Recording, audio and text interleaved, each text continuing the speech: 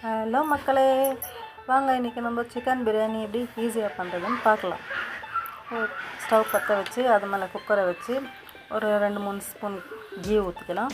அதுக்கப்புறம் பிரியாணி இலை, மராட்டி மொகு, பட்டை, லவங்கம், ஏலக்காய், அப்புறம் கசூரி மேத்தி கொஞ்சம் எல்லாத்தையும் போட்டு கூட கொஞ்சம் ஆனியனும் போட்டு நல்லா ஒரு 5 மினிட்ஸ் நல்லா ஆனியன் வதங்குற வரைக்கும் வதக்கலாம் மக்களை.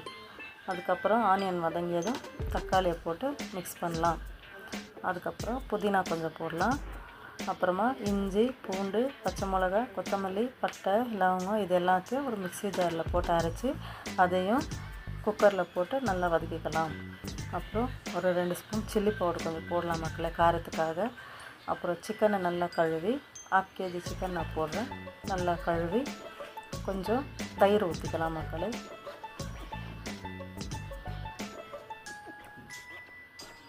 அப்புறம் கொஞ்சம் சால்ட்டும் போட்டுக்கலாம் மக்களை.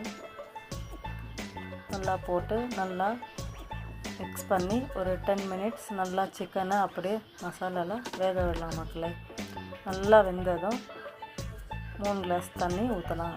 நான் 3/4 kg அரிசி போட்டு 1/2 kg சிக்கன் போட்டிருக்கேன். அதனால் 3 கிளாஸ் தண்ணி ஊற்றலாம் மக்களை. அப்புறம் தண்ணி நல்லா கொதிக்கிறப்போ தண்ணி நல்லா கொதிச்சதும் கழுவி வச்ச அரிசியை அதில் போட்டு மிக்ஸ் பண்ணி